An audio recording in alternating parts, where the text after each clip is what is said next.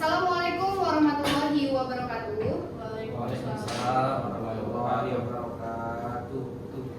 Selamat siang bapak-bapak semuanya dan ibu. Oke, pada kesempatan kali ini saya ingin sharing terkait program Sadari, khususnya dalam melihat risiko anomali iklim terhadap keberlangsungan bisnis perkebunan, serta bagaimana kita dapat mengukur dan mengelolanya dengan lebih tepat.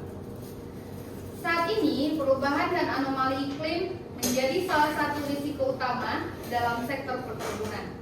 Anomali iklim merupakan penyimpangan kondisi cuaca dari normal seperti perubahan curah hujan, suhu, dan pola musim di lapangan. Dan kita itu sudah merasakan dampaknya, yaitu curah hujan yang tidak menentu, kekeringan lebih panjang, dan peningkatan gangguan tanaman. Masalahnya, risiko ini sering kita rasakan, tapi belum bisa kita ukur secara sistematis. Dalam program Sadari, risiko tidak hanya disadari, tapi juga diukur. Ada dua komponen utama, yaitu yang pertama, probabilitas, yaitu seberapa sering risiko itu terjadi. Yang kedua, dampak, seberapa besar pengaruhnya terhadap produksi dan operasional. Dan dari sini kita bisa mengetahui tingkat risiko apakah rendah, sedang, atau tinggi. Misalnya di kebun kita ini, risiko kekeringan atau El Nino, yaitu probabilitasnya sedang, dampaknya tinggi terhadap produksi. Berarti termasuk kategori risiko tinggi. Bagaimana dengan risiko curah hujan tinggi, yaitu La Nina, berarti probabilitasnya sedang, dampaknya gangguan panen dan penyakit, yaitu berarti termasuk dalam kategori risiko tinggi. Dari pengukuran ini kita bisa menentukan prioritas penanganan. Nah, ini yang paling penting dalam Sadari. Risiko yang sudah diukur akan menentukan keputusan kita.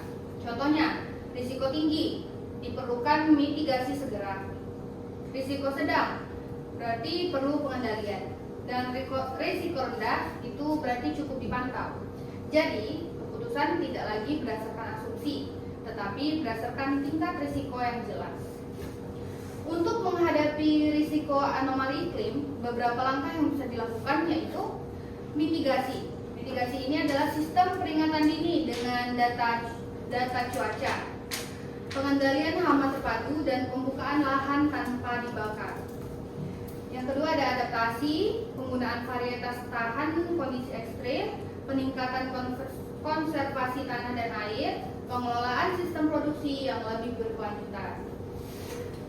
Jika program Sadari ini diterapkan, risiko bisa diidentifikasi lebih awal, pekerjaan lebih terencana, kerugian bisa diminimalkan, dan keputusan menjadi lebih tepat dan terarah. Sebagai penutup, anomali iklim adalah risiko yang tidak bisa kita hindari, tetapi bisa kita kelola dengan baik melalui pendekatan yang terukur. Melalui program Sadari, kita diajak untuk tidak hanya bekerja, tetapi juga berpikir secara analitis terhadap setiap risiko yang ada. Demikian yang dapat saya sampaikan, semoga bermanfaat. Terima kasih atas perhatiannya. Wassalamualaikum warahmatullahi wabarakatuh. Waalaikumsalam warahmatullahi wabarakatuh.